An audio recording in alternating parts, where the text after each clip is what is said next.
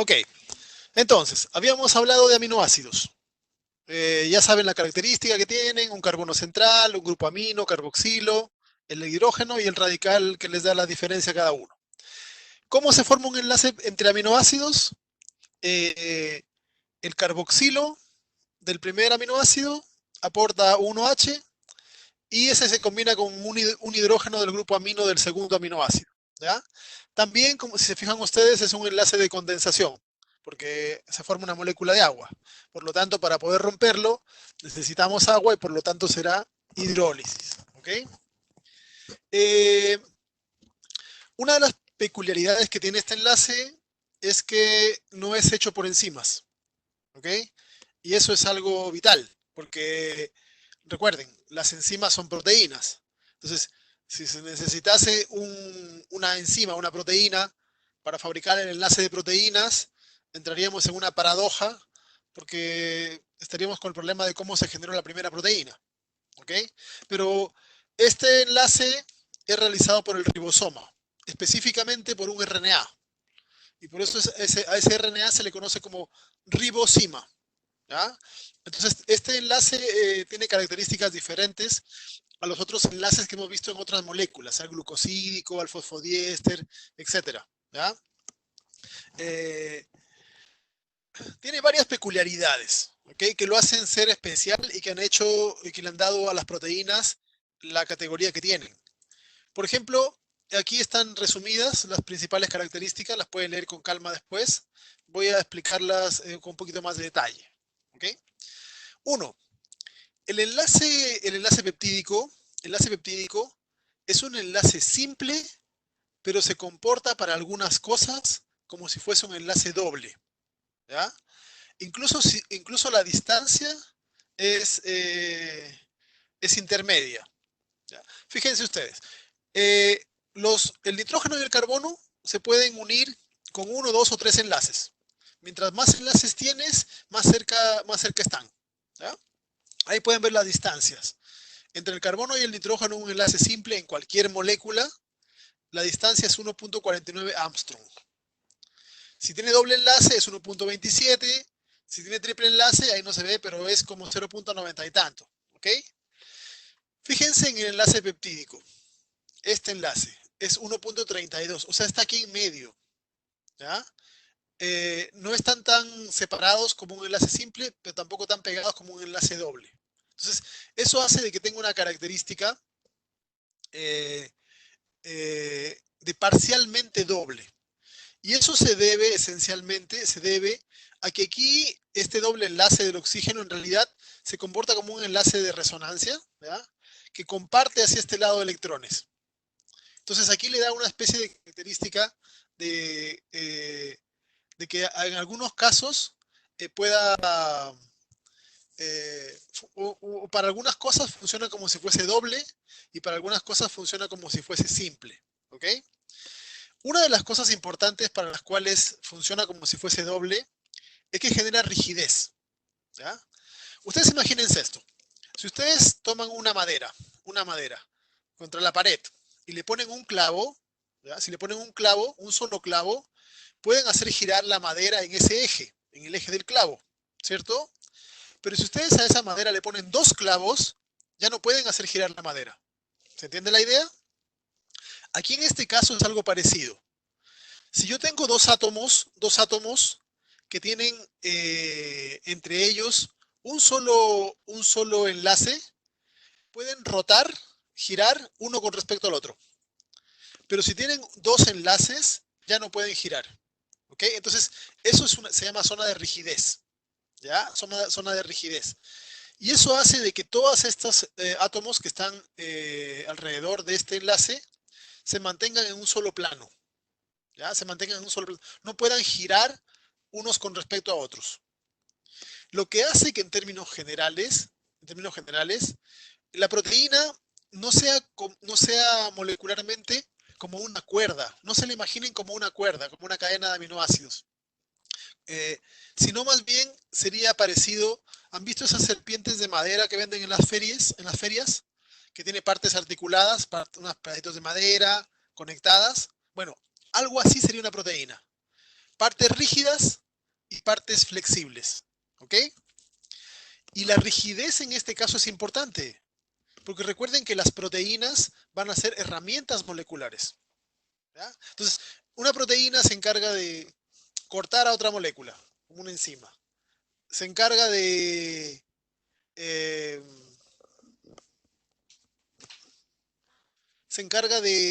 no sé, transportar moléculas, arrastrar moléculas, eh, formar enlaces, romper enlaces. Entonces, como son herramientas, las herramientas tienen que tener algo de fuerza, de rigidez, ¿ya? Por ejemplo, no sé, una tijera, un alicate. Las herramientas tienen partes rígidas y partes flexibles, ¿ya? Entonces, el hecho de que el enlace peptídico forme esas zonas de rigidez hace que la proteína tenga una estructura molecular lo suficientemente fuerte como para poder tomar a otras moléculas y separarlas, partirlas, juntarlas, arrastrarlas, etcétera. Hacer un montón de cosas con otra molécula. Tiene resistencia, etcétera. ¿Ya? Entonces, esa característica que le aporta el doble enlace es muy importante. Eh, Otras cosas que es importante también considerar es la formación del enlace siempre en el mismo sentido. El primer aminoácido reacciona con su carboxilo, el segundo con el amino, ¿ya? Con el tercero, igual, carboxilo, amino, carboxilo, amino, carboxilo, amino. De modo de que en el extremo anterior, donde inicia la síntesis, queda libre un amino. Y en el extremo final queda libre un carboxilo. Y por eso es que se les ha llamado a los extremos de la proteína el extremo N terminal, porque tiene un nitrógeno, un grupo amino, y el extremo C terminal, porque tiene un carboxilo, un carbono. ¿Ya? Pero siempre se ordenan de esa manera. Y las cadenas, conforme se van enlazando, van colocando sus grupos generalmente alternados. Hay dos posiciones en las que se van colocando. ¿Okay? Si se coloca uno arriba, uno abajo, uno arriba, uno abajo, se llamará la posición trans. Y si se colocan los dos hacia el mismo lado, se llamará la posición cis. ¿Ya? Y así se van configurando las cadenas de la proteína. Eh, el enlace peptídico es un enlace fuerte. Para poder formarlo se requiere la participación de energía.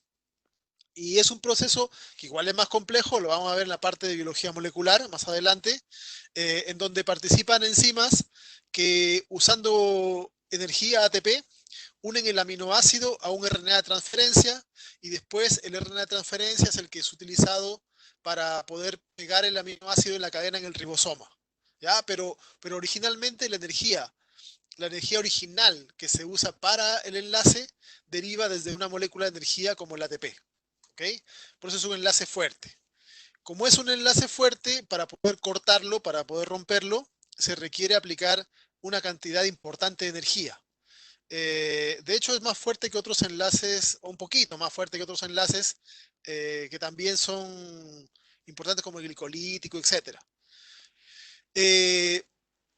Temperaturas de arriba de 115, 120 grados ya están rompiendo la mayoría de enlaces peptídicos. pHs muy extremos, muy ácido, muy básico, algunas moléculas químicas, por ejemplo ahí se muestra el bromocianuro, o de manera importante, algunas enzimas, proteínas que degradan proteínas. ¿Ya? Estas son importantes porque participan en procesos de digestión, cuando en el alimento, por ejemplo, que llegan proteínas, se digieren, o también en el proceso de reciclaje interno. Vamos a hablar también de eso más adelante, de diversos sistemas que son capaces de cortar estos enlaces. ¿Ya? Eh, una de las cosas importantes que tenemos que considerar con respecto a las proteínas es el hecho de que normalmente no funcionan simplemente como una cadena. ¿Ok? Las, eh, las proteínas tienen la gracia de que logran formar estructuras tridimensionales y eso les da una capacidad de poder interactuar con otras cosas de manera muy particular. Se ha encontrado de que la mayor parte de las proteínas necesitan estar plegadas de manera compleja. Sin embargo, hay algunas que son pequeñas, que tienen menor capacidad y pueden funcionar a estructuras menores, ¿ya? Pero lo usual es que las proteínas puedan conseguir hasta 4 niveles de compactación o de enrollamiento, que se les ha llamado las estructuras, ¿ya? La estructura primaria de la proteína es es la cadena de aminoácidos, ¿ok?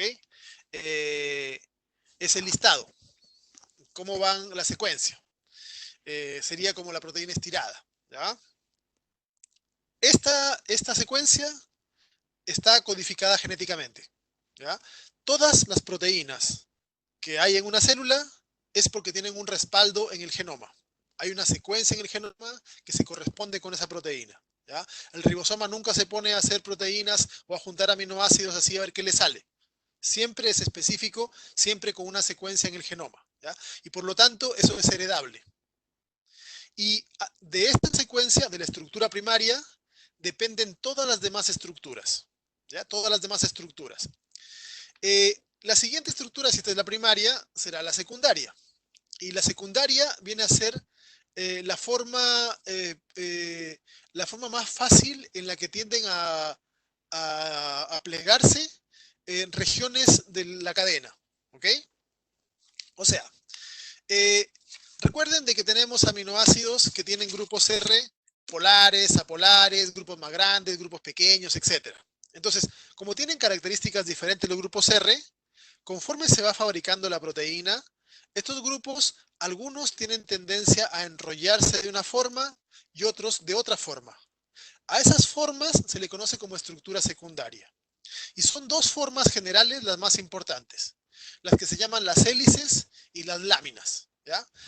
Las hélices son un enrollamiento en espiral, ¿okay? Una cadena enrollada en forma espiral, eso es una hélice. Se llama hélice alfa, por la estructura alfa, la estructura beta. Una es hélice alfa y la otra es lámina beta, ¿ya? Eh, son casi 4 aminoácidos por vuelta y en general, principalmente quienes prefieren hacer este tipo de enrollamiento son aminoácidos pequeños, ¿ya? Aminoácidos pequeños, aminoácidos que son apolares generalmente, esos prefieren enrollarse en forma de espiral, ¿ya? ¿Cómo se mantiene esta espiral? Por varios tipos de enlaces, ¿ya? Por cierto, algo que no mencioné, el enlace que mantiene la estructura primaria es el enlace peptídico, el enlace entre aminoácidos. El enlace que mantiene estructura secundaria o hacia arriba son estos que están acá, ¿ok? Como tenemos de que los grupos R tienen características diferentes, las interacciones entre ellos pueden ser diferentes. ¿Cuál es el enlace que se forma entre las cosas polares? El puente de hidrógeno, ¿cierto? Entonces, si yo tengo aminoácido polar y cerca tiene otro aminoácido polar, entre ellos probablemente puedan formar un puente de hidrógeno, que va a ser un enlace débil, pero que hay montones de esos en la proteína. Si yo tengo un aminoácido apolar y tiene cerca otro aminoácido apolar, no van a poder formar puentes de hidrógeno, pero entre ellos también va a haber una interacción. A eso se conoce como interacciones hidrofóbicas, ¿ok? Porque son apolares. Lo polar se une con lo polar con puentes de hidrógeno. Lo apolar se une con lo apolar con interacciones hidrofóbicas. Pero además recuerden que dentro de los grupos R teníamos grupos que se cargaban, que se ionizaban. Entonces tenemos aminoácidos que se ionizan positivamente y negativamente. Y ya sabemos lo que pasa con las cargas. Las cargas se atraen. Por lo tanto, tenemos este otro tipo de interacción, que se conoce como interacciones iónicas o también interacciones electrostáticas, ¿ya? Entonces tenemos tres tipos de uniones dependiendo de cuáles sean los aminoácidos.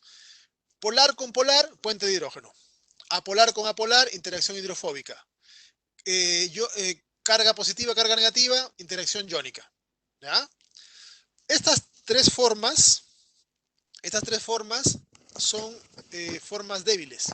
Los enlaces se rompen fácilmente con un poco de temperatura o con un cambio de pH no muy pronunciado. Son débiles esos enlaces. Pero de estos hay montones en la proteína. ¿ya? Si una proteína tiene, por ejemplo, 100 aminoácidos, es probable que tenga como 500 puentes de hidrógeno, ¿ya? De los otros tiene un poco menos.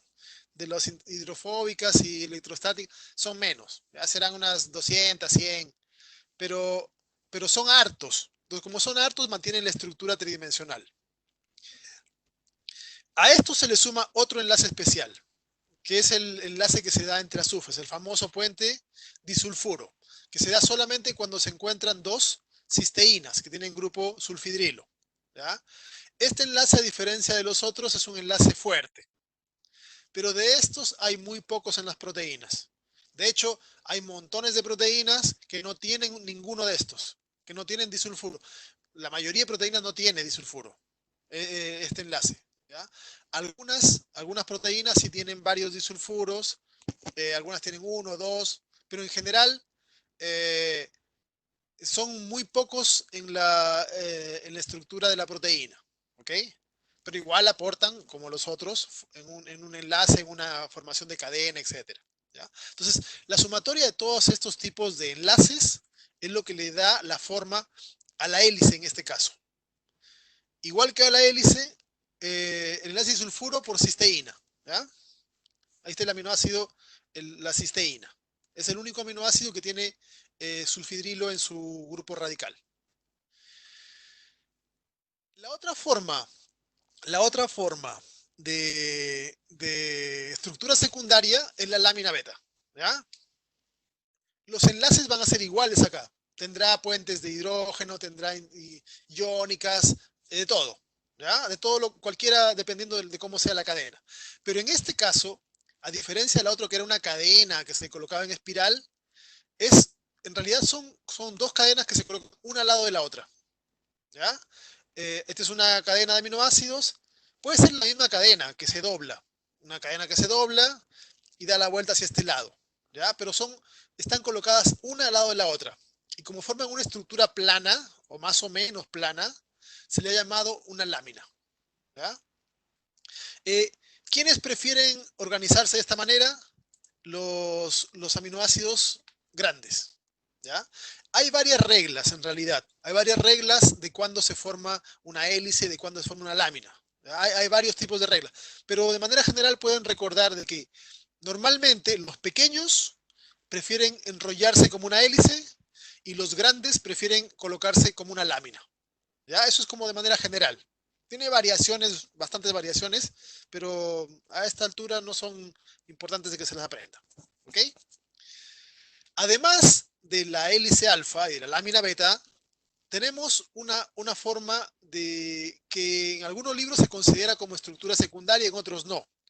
Y la razón por la cual no se considera como secundaria, porque son muy variables, que son los giros. Son las zonas donde la proteína hace una curva.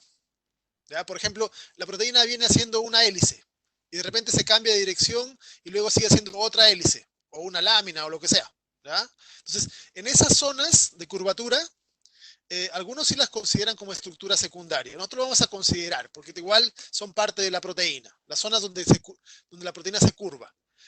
En estas regiones solemos encontrar dos aminoácidos. Uno, la glicina. ¿Por qué la glicina? Porque es el más pequeño de todos. Entonces, obviamente que en las zonas donde hay curvatura, donde se dobla la proteína, uno podría necesitar más espacio. Y como este tiene solamente un hidrógeno, no ocupa tanto espacio, puede servir para curvar la proteína. Y el otro aminoácido que se usa es la prolina. Recuerden que la prolina es el único aminoácido que tiene unida su cadena lateral tanto al carbono alfa como al grupo amino. Y eso ya le daba una curvatura diferente. O sea, este aminoácido, al ser usado, ya de por sí causa curvaturas. Entonces, por esa razón es que estos dos los encontramos de manera frecuente en esas regiones, ¿ya?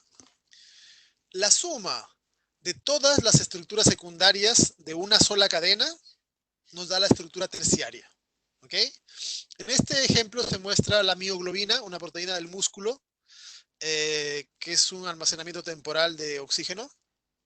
Y pueden ver, aquí tenemos una sola cadena, pero tiene varias estructuras secundarias, que en este caso son todas de tipo hélice.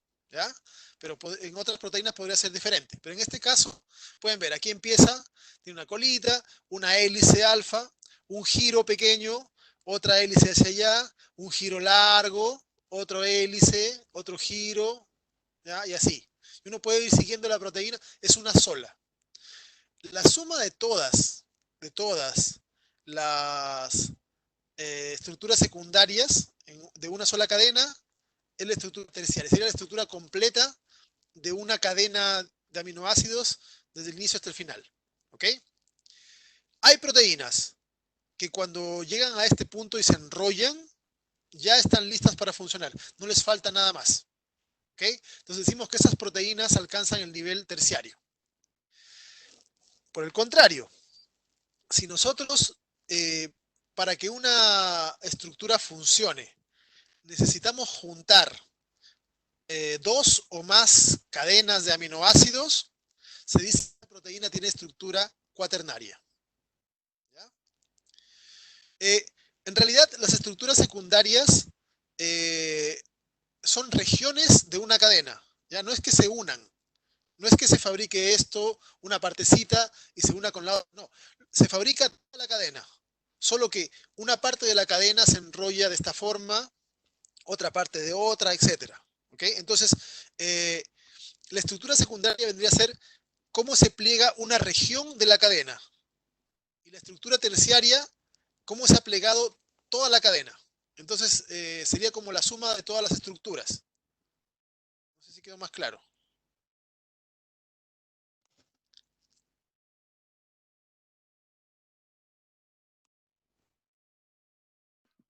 Profesor, ¿Sí? ¿podría explicarlo de nuevo, por favor? Ya. Mira, eh, si yo digo, si yo tomo esta parte, solo esta parte, ¿ya? Esto sería estructura secundaria, sería una hélice, ¿ok? Sí. Pero en realidad esto viene de una sola cadena, de una cadena de aminoácidos, ¿ok? Esta parte que está acá sería una partecita. Entonces, Sí. esto, una estructura secundaria viene a ser una región de la proteína y cómo se ha plegado. Si yo analizo otra porción, tendré otra estructura secundaria. Si yo veo cómo está todo completo, desde el inicio hasta el final de la cadena, tendré todo esto, todo esto. Entonces, esto es la estructura terciaria. ¿Ya? Entonces, la suma de todas las partes, pero no es que se haya fabricado un pedacito y se plegó, otro pedacito y se plegó, otro. No, eso no, ¿ya? Estamos hablando de una sola cadena. ¿Ya? Lo que pasa es que esta cadena, la proteína va saliendo del ribosoma y se va Sí. enrollando, y se va enrollando. Entonces, cuando sale un pedacito, ese pedacito se enrolla, a veces como hélice, a veces como lámina. De repente se encuentra con unos aminoácidos que hacen que tome una curvatura.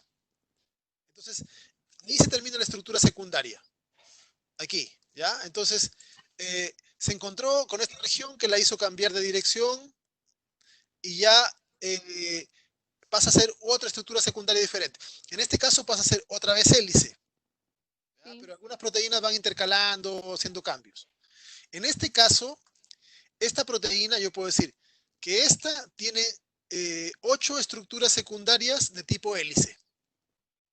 Eso sería mi estructura terciaria. La suma de todas las secundarias, de todas las secundarias. No sé si quedó Pero más siempre claro. estuvieron unidas entonces. Claro, siempre son de una sola cadena. Ah, ¿Ok? ya. Siempre son una sola cadena. Esto fue siempre una sola cadena. ¿Ya? Una sola cadena, solo que una parte se organizó de una manera, cambió de dirección, otra se organizó de otra y así. Y vamos siguiendo. ¿Ok? Eso sería, todo esto es una sola cadena. Una sola cadena. Y esa es la diferencia con la cuaternaria. En la cuaternaria, tú lo que tenías originalmente eran, por ejemplo, en este caso de la hemoglobina, tú tienes 4 cadenas, ¿ya? 4 cadenas.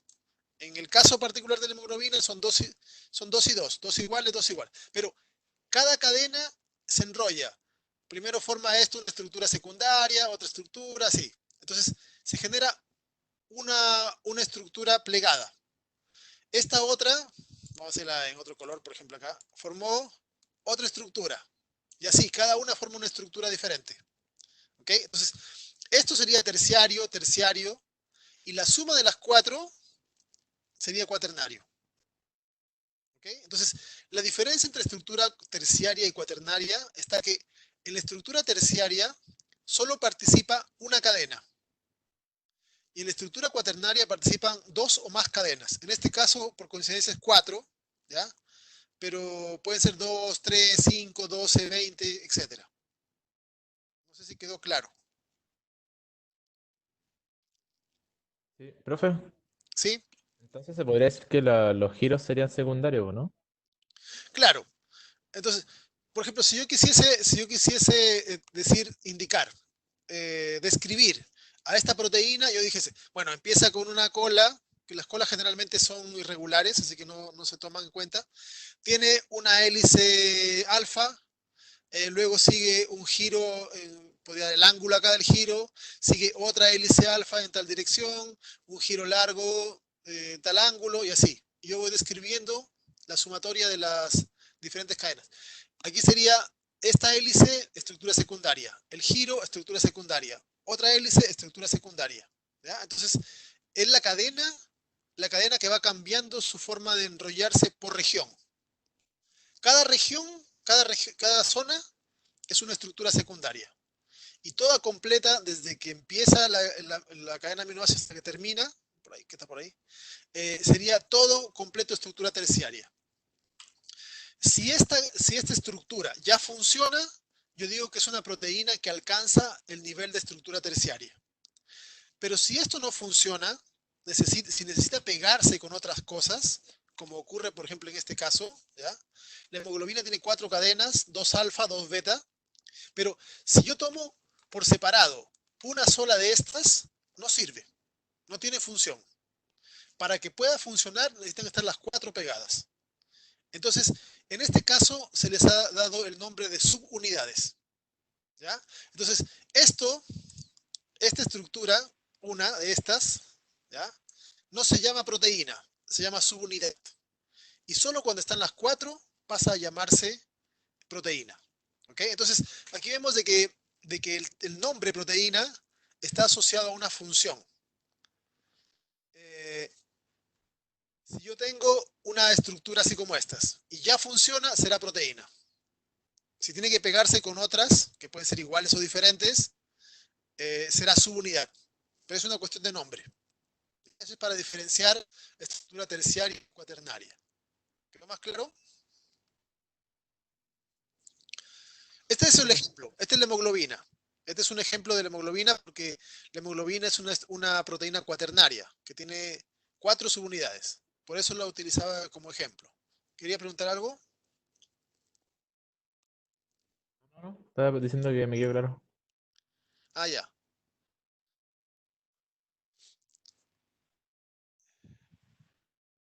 Una subunidad vendría a ser una cadena de aminoácidos plegada, pero que no cumple función por sí sola. ¿Ya? Es decir, yo tendría esto. Imagínense, yo tengo esto. Esto es una cadena de aminoácidos. Es una sola cadena, está plegada. Si funciona, si funciona así, es proteína. Si no funciona y necesita pegarse con otra cosa, yo diré de que es subunidad. ¿Ya? Entonces, las proteínas, las cadenas que en este nivel ya tienen función, se llaman proteínas. Las cadenas que en este nivel no tienen función, se llaman subunidades y necesitarán pegarse con otra cosa sin formar lo que se conoce como proteína. Es una cuestión de nombre, porque al final de cuentas son cadenas de aminoácidos que están plegadas, que tienen diferentes tipos de estructuras secundarias. Y solamente por nombre, para diferenciar, se les ha llamado proteínas de estructura terciaria, a las que una sola cadena ya funciona, y subunidades si es que necesitan pegarse. ¿Ya? Entonces, aquí, cada una de esas que están en colores sería una subunidad. y las 4 juntas serían una proteína. Esa es la diferencia de cómo se define este tipo de estructuras. ¿Ya? Entonces, las proteínas en general van a organizarse siempre de esta manera. Una cadena de aminoácidos, que es la estructura primaria, que está unido o mantenida por puentes, enlaces peptídicos. La forma en la cual se enrolla una región sería la estructura secundaria, que puede ser hélice o puede ser lámina o puede ser giro. ¿Ya? Toda la cadena completa plegada será la estructura terciaria. Si ya funciona, se llama proteína. Si necesita pegarse con otras cosas para funcionar, será una subunidad. Y ya con todo el resto de cosas, cuando esté funcionando, cuando esté completa y funcione, pasará a llamarse proteína. Y será proteína que alcanzó el nivel cuaternario. ¿Ya? Hay una cosa así que tengo que mencionar. La mayoría de proteínas funcionan a nivel terciario y a nivel cuaternario. Pero en biología siempre hay excepciones y vamos a encontrarnos cosas que a veces funcionan en estructura secundaria y de manera mucho más rara algunas cositas que funcionan a menor tamaño. ¿Ya? Pero son cosas excepcionales. La mayoría, por definición, se dice que las proteínas funcionan de manera tridimensional. Y esa forma tridimensional está dada con la estructura terciaria o cuaternaria. ¿Ya? Las estructuras secundaria, terciaria y cuaternaria son mantenidas por puentes de hidrógeno, interacciones hidrofóbicas, interacciones iónicas y puentes disulfuro. ¿Okay? Como la mayoría son débiles, si es que se calienta un poco la proteína o se cambia el pH, se desnaturalizan porque los enlaces son débiles. En cambio, para romper la estructura primaria, hace falta aplicar mayor cantidad de calor o un pH mucho más extremo. Y esto es lo que diferencia entre hidrólisis de proteína y desnaturalización, ¿ya? Que lo van a ver después en un laboratorio con más detalle. Las proteínas pueden clasificarse de múltiples formas, ¿ya? Por tamaño, composición, etc. Por el tema de tamaño, es complejo la definición, porque si ustedes revisan un libro, van a encontrar que dice que las proteínas pueden ser de 50 aminoácidos para arriba. Otros dicen, no, las proteínas son de 80, otros dicen, no, son de 100 para arriba. ¿Ya? No hay consenso. Siempre discuten eso los científicos de ese tema. Porque se considera que una proteína debe ser compleja. Pero en realidad podría no ser así. Vamos a encontrar de que hay cosas que son pequeñitas y que tienen funciones importantes y que debieran ser llamadas proteínas. Pero bueno, me interesa que sepan una cosa. Si ustedes escuchan la palabra péptido, oligopéptido, polipéptido o proteína, nos referimos a una cadena de aminoácidos. Si es péptido, será una cadena corta. Si es polipéptido, será más grande, o proteína será mucho más grande. ¿Ya? El tamaño no, que sea de 50, de 100 o más, es variable, porque las proteínas tienen muchos tamaños diferentes. ¿Okay? Aquí pueden ver algunos ejemplos de tamaños. El citocromo C, una proteína relativamente pequeña, tiene poco más de 100 aminoácidos. ¿Ya? La glutamina tiene como 5000, ¿ya? La titina, una de las más grandes en humanos, tiene 25.000, más de 25.000. ¿Ya? Eh, la, la exoquinasa, no sé si la han escuchado. ¿Ven? Casi 1000. ¿Ya?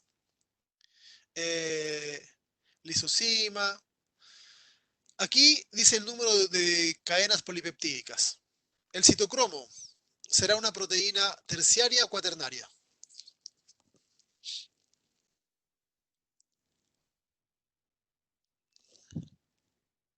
¿Por qué?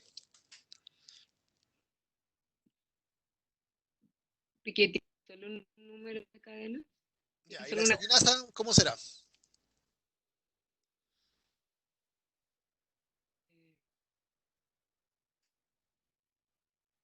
Ahí te la hexoquinasa aquí abajito. Así la encontré. Ternaria. Cuaternaria. Porque tiene Más 2, ¿cierto? Y la RNA polimerasa,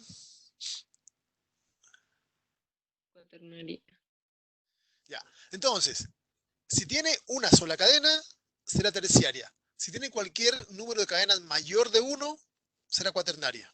Ya pueden ver, por ejemplo, 3, 4, 5, 12. Hay algunas que tienen más de 20 subunidades. ¿Ok? Entonces son proteínas complejas. Pero siempre que tenga más de 1 es porque se ha ensamblado desde diferentes cadenas. ¿Ya? En rigor, uno va a asumir de que si son diferentes cadenas, son diferentes genes, porque están en diferentes partes del cromosoma, o de diferentes cromosomas incluso. ¿Ya? Entonces, se van a fabricar y luego se van a ensamblar. ¿Ya? En cambio, si tenemos una sola cadena, estamos hablando de un solo gen. Eso también es importante cuando uno considera algunos procesos genéticos más adelante. ¿Ya? Para que lo vean visualmente, aquí tienen la insulina. Tiene 51 aminoácidos. Según algunos criterios, no sería proteína, porque algunos dicen que es de 80 hacia arriba o de 100 hacia arriba. ¿Ya? Pero sin embargo, sabemos de que la insulina es una hormona importante en la regulación del metabolismo de carbohidratos y otras cosas. ¿Ah? Eh, Glutamina sintetasa tiene como 10 veces más casi que la insulina. ¿Ya?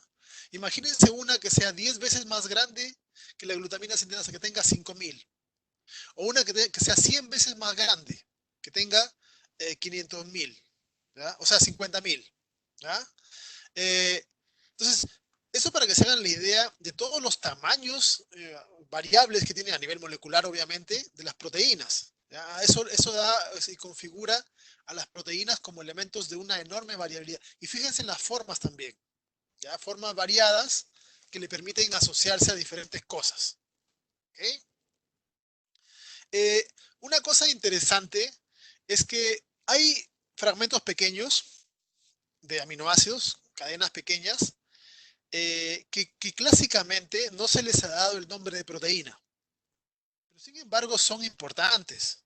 En la actualidad se está tratando de, bueno, hay un grupo que dice de que cualquier cadena de aminoácidos que sea fabricada por el ribosoma y que tenga una función en la célula, debiera ser llamada proteína, independiente de si es cortita o si es grande. Porque se han encontrado algunas secuencias que antes se llamaban péptidos nada más, pero que son importantes. Por ejemplo, la hormona liberadora de tirotropina. Son tres aminoácidos. Tres. Pero si no hay esto, no se puede liberar esta otra hormona.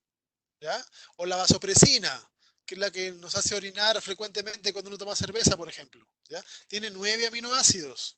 ¿Ya? O el mismo glucagón, que es el antagonista de la insulina, tiene 29 aminoácidos. ¿Ok? Entonces, hay un montón de cosas que son pequeñas, que son cadenas de aminoácidos cortas, y que clásicamente a estos se les ha llamado péptidos con actividad biológica, por no decir proteínas pequeñas. ¿Okay? Entonces, a la célula no le importa cómo les llamemos. Para la célula le sirven y eso es lo que vale. ¿Okay? Pero para que sepan cómo es que a veces un criterio a veces puede hacer de que uno entienda las cosas diferentes. Mientras que a la célula le sirve y no le importa cómo le llamamos, da lo mismo. ¿Ya? Entonces, en la actualidad se está tendiendo a que en general, si tenemos una cadena de aminoácidos y tiene una función, debiera ser llamado proteína, independiente si es pequeña, grande, etc. ¿Ya? Esa es la tendencia, pero aún así no se ve reflejada siempre en todos los libros. ¿Ya? Otra forma de clasificar las proteínas es por su composición. Hay proteínas que se ensamblan, se enrollan tridimensionalmente, ya sea terciarias o cuaternarias. Y una vez enrolladas, para funcionar ya no necesitan nada más. A esas se le llama proteínas simples o también holoproteínas, que están completas ya. Y hay otras que para funcionar necesitan cosas. Por ejemplo, hay algunas que necesitan que se les pegue iones. necesitan magnesio, necesitan zinc, necesitan algún elemento. Algunas necesitan que se pegue fósforo, algunas necesitan pegarse con azúcares, con lípidos, con diferentes cosas. Entonces, si una cadena de aminoácidos necesita algo que no es proteína, que no es aminoácido añadido para poder funcionar, se llama compuesta o también heteroproteína, ¿ya? Y a la cosa que se le va a pegar se llama grupo prostético. Y se le pueden pegar montones de cosas diferentes a las proteínas. Se le pueden pegar, como ven ahí, lípidos, carbohidratos, nucleótidos. Hay algunas que se pegan con ADP, con GTP, con montones de iones, ¿ya? Normalmente, cuando se trata de enzimas, o en general se amplía a algunas proteínas, si lo que se le pega es inorgánico, se llama cofactor. Por ejemplo, si se le pegan iones, fierro, magnesio, zinc, manganeso, etc. A eso se les llama cofactores. En cambio, si se le pega alguna cosa orgánica, por ejemplo, el NAT, el FAT, el GTP o un azúcar, se llama coenzima, ¿ya? Entonces, normalmente los grupos prostéticos se clasifican en cofactores o coenzimas, ¿ya? A pesar de que a veces no es enzima lo que se le pega, pero cualquier proteína que recibe o un cofactor o una coenzima, ¿ya? Entonces es una diferencia también entre proteínas, que algunas requieren grupos extra. Otro tipo de proteínas, otra forma de clasificar proteínas, tiene que ver con su estructura. Y hay proteínas que son alargadas, largas, y se les ha llamado fibras, o sea, fibrosas, porque forman una especie de fibra. Y hay otras que son más o menos esféricas, redondeadas, y se les ha llamado globulares, ¿ya? Las fibrosas tienen funciones estructurales. Por ejemplo, la queratina del cabello, ¿ya? Por cierto, una curiosidad les cuento ahí. La queratina es diferente, es lo que le da la diferencia al cabello liso al cabello ondulado. Las personas con cabello ondulado tienen mayor número de enlaces disulfuro en su queratina, ¿ya? Lo que ocurre es que el enlace disulfuro se forma de manera más o menos aleatoria cuando se encuentran dos cisteínas, ¿ya? Entonces, eso genera curvaturas. Las personas que tienen cabello liso, como tienen menos cisteínas o casi ninguna, no se unen entre sí dos queratinas y no tuercen el cabello. Una persona de cabello ondulado, ¿qué es lo que hace para alisarse? Lo calienta el pelo. Lo calienta, ¿cierto? ¿Y qué es lo que hace el calor con los enlaces? ¿Serían los puentes de sulfuro? Exacto. Entonces, cuando se pasan a esa plancha, están calentando y están rompiendo los enlaces, ¿ya? Algunos enlaces peptídicos también se van a romper, entonces van a romper algunas queratinas también, por eso es que se daña el pelo, ¿ya? Pero la mayoría de los que se rompen son disulfuro. Entonces, como se rompen los puentes disulfuro, las queratinas están separadas y el pelo se endereza, porque no tiene nada que lo curve, ¿ok? ¿Qué pasa cuando el pelo se moja? Se vuelve a enrollar, ¿cierto? ¿Y por qué? Porque al mojarse, otra vez las cisteínas empiezan a formar nuevos puentes disulfuro, ¿ya? Entonces es una de las razones de diferencia. Claro, la hemoglobina es una heteroproteína porque tiene el grupo hemo, ¿ya? Entonces, como necesita el grupo hemo para poder funcionar, es una heteroproteína, ¿ya? Otro ejemplo de fibras es en general, con respecto a la pregunta que dice en el chat, la metalproteína, las proteínas que unen elementos inorgánicos directos se le llaman metalproteína. Pero en este caso la hemoglobina no estoy seguro de que sea considerada como una metalproteína, porque no une el hierro directo, sino que lo une encajado en el grupo hemo, ¿ya? Hay otras proteínas, por ejemplo, una proteína que se llama ferritina, que la fabrica el hígado y se libera en sangre. Esa acumula fierro, pero esa lo toma directamente, ¿ya? Esa sí sería una metalproteína directamente. En el caso de la hemoglobina, yo consideraría que no, pero no estoy seguro, la verdad. No te voy a decir si sí o no, ¿ya? Pero considero de que como tiene grupo hemo, y el grupo hemo tiene parte orgánica y parte metal, no debiera ser considerada metalproteína.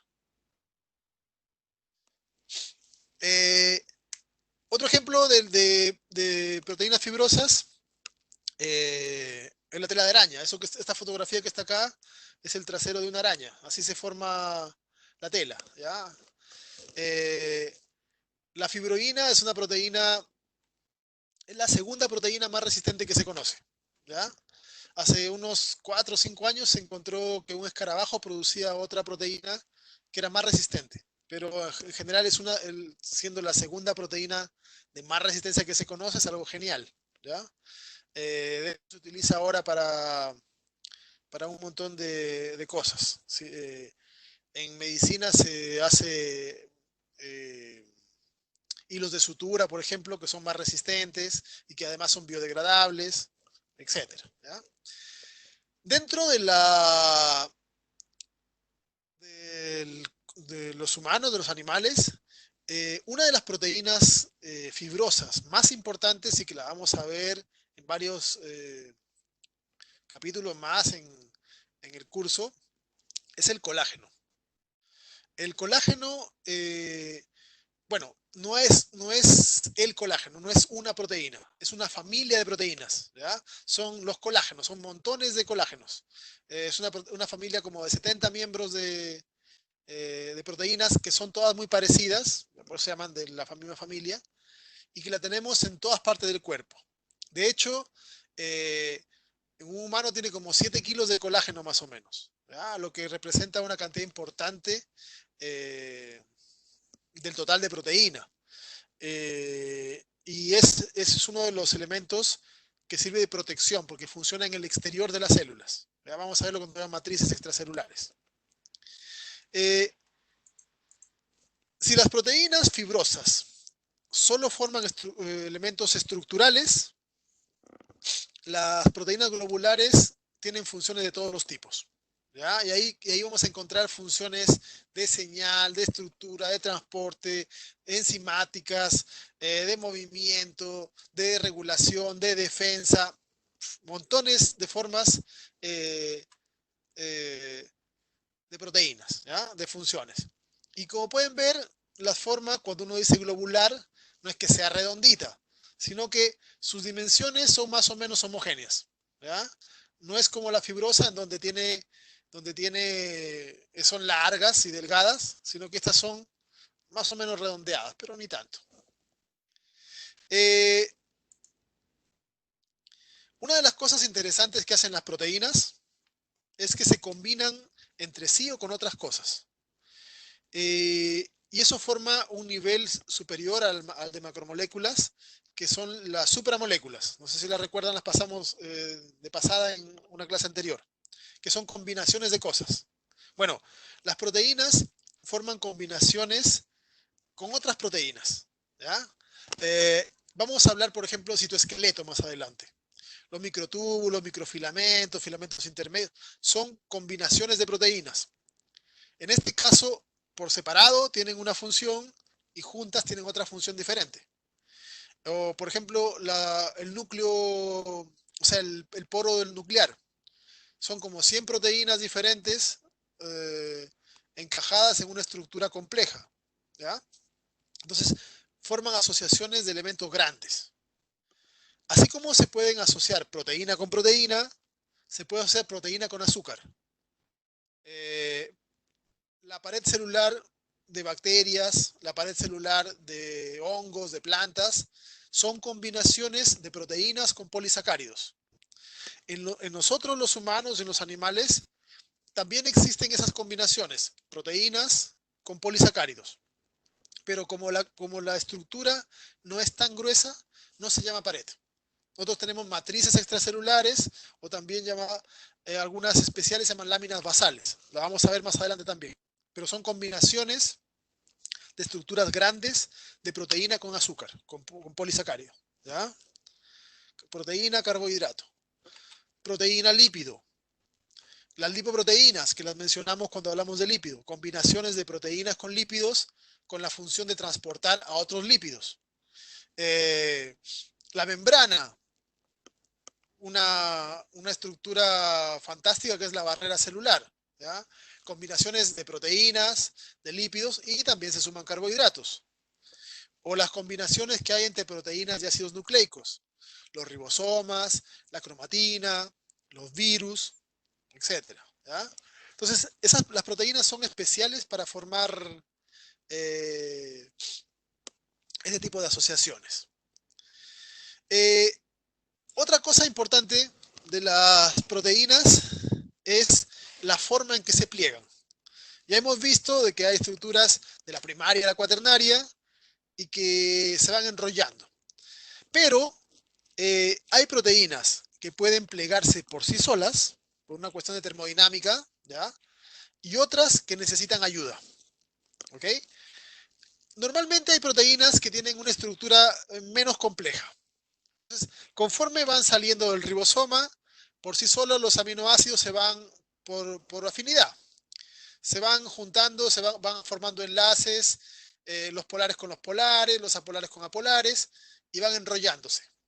Recuerden que algunos prefieren enrollarse como hélice, otros como lámina, y eso le va dando la forma. ¿Ya? Hay muchas proteínas que pueden hacer esto por su cuenta, y se enrollan sin necesidad de que haya algo externo que le ayude. Pero hay otras proteínas que no pueden hacer esto. Entonces, para eso existe un sistema de proteínas que ayudan a otras proteínas a plegarse. ¿Ok? A este sistema se llama el sistema de las chaperonas. ¿Ya? Chaperonas que son un conjunto de proteínas, ¿ya? Que forman esta especie como si fuese de barril molecular. Aquí pueden ver ustedes, esta es la vista de lado, esta es la vista de arriba. ¿Ven? Es como si fuese un pequeño barril, un cono. ¿Ya? Tiene un agujero en medio. Y ahí tiene una especie como de bracitos que son de las cadenas, que lo que van a hacer es que cuando una proteína no puede plegarse bien, es metida aquí adentro. ¿Ok? Es empujada aquí adentro. Y adentro, estos como bracitos que tiene, empiezan a plegarla, empiezan a doblarla. ¿Ya? Y ayudan a que tome la forma correcta. Esto no es gratis. ¿Ya? La célula gasta energía. No mucha, pero gasta energía. ¿Ya? En tomar una proteína, una cadena que no puede plegarse bien y plegarla correctamente. Gasta energía en meterla, gasta energía en doblarla, hasta que la libera. ¿Ya? Entonces hay un gasto asociado. A estas proteínas también se les ha llamado proteínas de shock térmico, porque se encontró que eran importantes, por ejemplo, en los procesos febriles. ¿Ya? La fiebre, bueno, la fiebre es algo molesto, pero evolutivamente es un rasgo importante de defensa. El sentido de la fiebre es que al aumentar la temperatura, los patógenos que nos pueden estar infectando, porque es un reflejo a infección, no pueden replicarse adecuadamente. ¿Ya? Los patógenos suelen estar adaptados a la temperatura del hospedero. ¿Okay? Entonces, si tenemos una infección bacteriana, por ejemplo, nuestro cuerpo reacciona aumentando la temperatura. ¿Ya? Al aumentar la temperatura, las proteínas de la bacteria pierden un poco de su estructura. Recuerden que se naturalizan un poco. No hace falta que la bacteria se muera porque aumenta la temperatura, no hace falta. Pero sus proteínas, al cambiar un poco su estructura, ya no funcionan a la misma velocidad. Entonces, la fiebre lo que hace es que la bacteria no pueda usar sus proteínas a su máxima capacidad. Entonces, lo que hace es que la bacteria se reproduce más lentamente. Y eso le da tiempo al sistema inmune a llegar y combatir la infección. ¿Ya? Ahora, cuando hay fiebre, no solamente sufren las bacterias que nos infectan, nuestras propias proteínas también van a sufrir efecto de desnaturalización. Entonces, para eso funcionan estos barrilitos, en donde las proteínas que pierden la estructura, la célula las vuelve a regresar ahí para volver a plegarlas, ¿ya? A la célula le resulta más barato arreglar una proteína mal plegada que hacer una proteína nueva. Entonces, por eso utiliza este tipo de estructuras, ¿ya? Otra cosa más. Tan importante como fabricar proteínas para la célula es degradarlas. Hay una pregunta ahí. ¿Las proteínas a poca temperatura les pasa algo? Sí, cuando baja la temperatura corporal, también hay proteínas que van a ver afectado su estructura, ¿ya? Tanto si tú subes la temperatura como si baja la temperatura, afecta la estructura de la proteína. Ahora, es más dañino, el efecto es mayor cuando tú aumentas la temperatura. Cuando la bajas, el efecto no es tan fuerte, salvo que baje mucho la temperatura, ¿ya? Pero en ambos casos eh, se va a generar una alteración en la estructura funcional, ¿ya? Hay otra pregunta que dice si es correcto homoproteína que holoproteína. Holoproteína se refiere a la proteína que no necesita cofactor, ¿ya? ¿Dónde está esta cosa?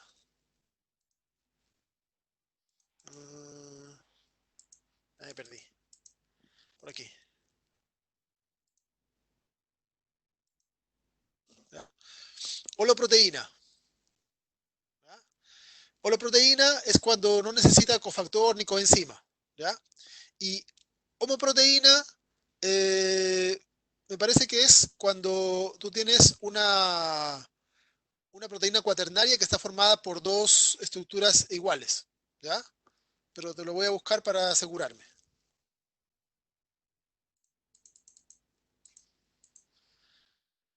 Bien, hablábamos de la degradación, ¿ya?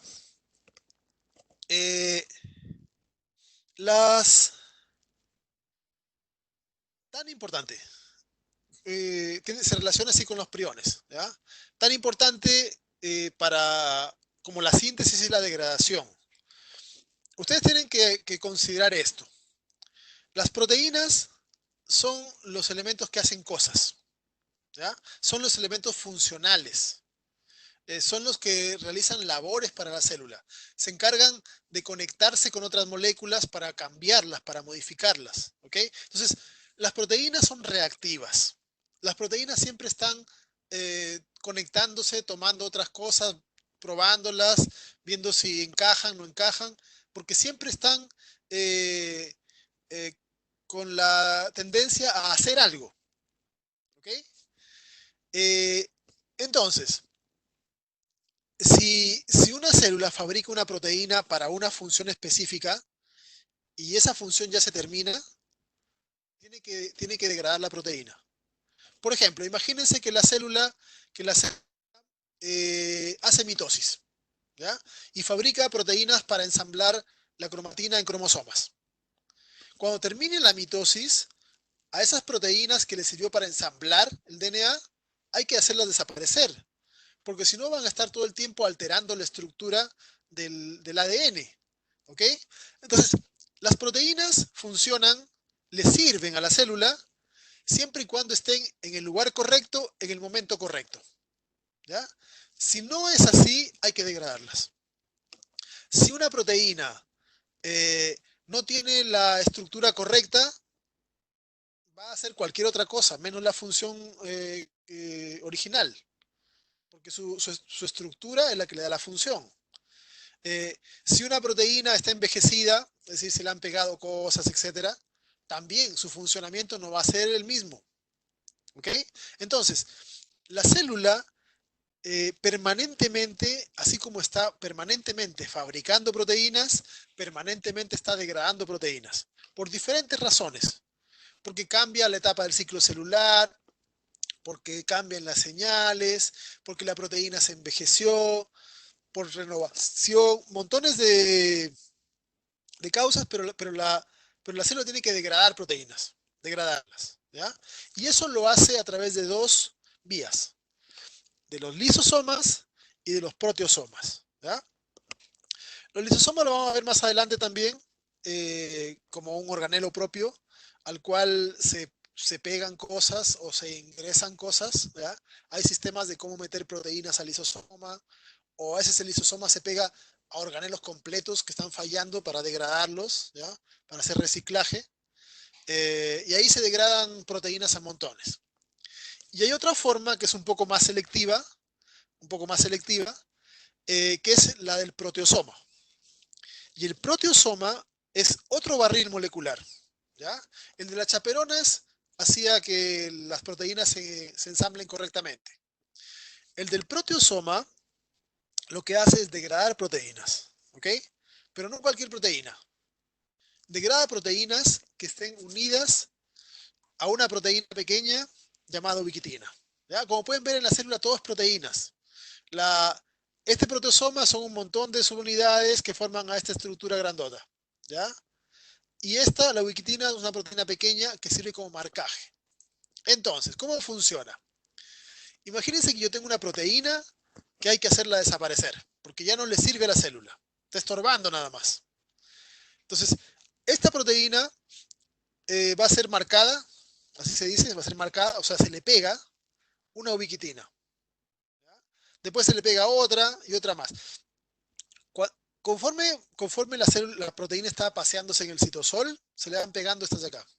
Eso es envejecimiento, ¿ya? O si hay que degradarla rápido, se le pegan varias rápido. Entonces, estas ubiquitinas son una señal donde hay un sistema que transporta a todo esto hacia donde se encuentra el proteosoma. ¿Ya? Y el proteosoma mete acá la cadena de proteína, las ubiquitinas quedan libres para ser usadas y buscar a otra proteína más.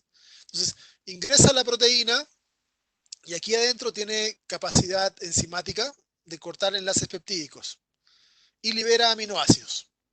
Entonces, la célula es especialista en reciclaje. ¿Ya? Entonces, proteína que no le sirve, por cualquier razón que sea, marcada, metida acá y degradada. Y con los aminoácidos pues, puede fabricar nuevas proteínas o hacer lo que necesite con ellos. ¿Okay? Entonces, de esa forma, la célula va eliminando proteínas. ¿Ya? Así como su compañero pregunta acá acerca de los priones, una de las razones por las cuales las proteínas son como una marca que guía. Se asocian a un sistema de transporte que tiene que ver con el citoesqueleto, lo vamos a ver más adelante también, que reconoce las ubiquitinas y las moviliza hacia el proteosoma. Y de esa forma, esta es una marca que sería como un indicador que hay que llevarlas. Pero no es que la ubiquitina sea la que lleva. Es la señal que hace que otra cosa la lleve. ¿Ya? Otro grupo, más proteínas que se encargan de movilizar. La importancia del plegamiento y la importancia de la degradación se da, hay muchos ejemplos. Uno de los más interesantes es el caso de los priones. ¿Ya? Los priones vienen a ser estructuras de proteína mal plegada.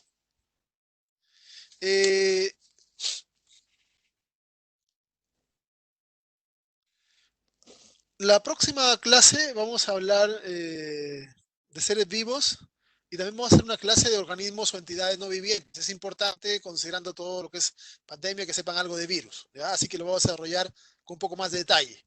Pero les adelanto en general de que los priones vienen a ser proteínas que tienen un plegamiento incorrecto.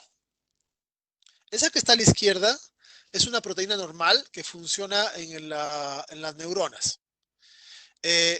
Y lo que le pasa a esta proteína es que por alguna razón se ve afectada. Se dice que tiene que ver con el envejecimiento. Puede ser que aumenten el nivel de radicales libres o de factores estresantes moleculares, etc. Pero el hecho es que, por alguna razón, la proteína cambia su estructura. ¿Ya? Ahí están resaltadas las partes que cambian. Como pueden ver, pasa de tener dos cadenas que eran hélices a tener dos estructuras en forma de lámina. Y eso le cambia la función. ¿Ya? Eso le cambia la función. Y al cambiar la función, la célula está perdiendo proteína de ese tipo. ¿Ya? Segmento de estas y se van acumulando en la célula. ¿Cuál es el problema? Es que los priones son difíciles de degradar. Estos priones no se pueden marcar correctamente con ubiquitina. Entonces, a la neurona se le complica degradar a estos. Entonces, van aumentando y se convierten en basura molecular. ¿Ya? Entonces, al final la neurona colapsa porque hay exceso de esto y se muere la neurona. Entonces, están muriendo montones de neuronas. ¿Ok?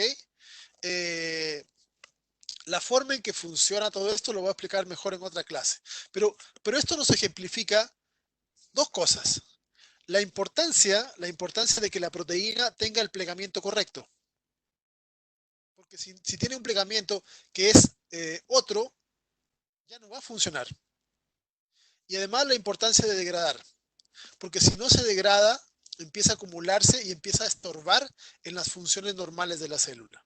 ¿Ya? Y eso termina muchas veces en la muerte de la célula, como en estos casos. ¿Ya? Vamos a hablar después más detalles de esta cosa en otra clase. ¿Ya? Por hoy día nos vamos a quedar allí, ¿ya? Para que vayan a descansar un poco. Si alguien tiene alguna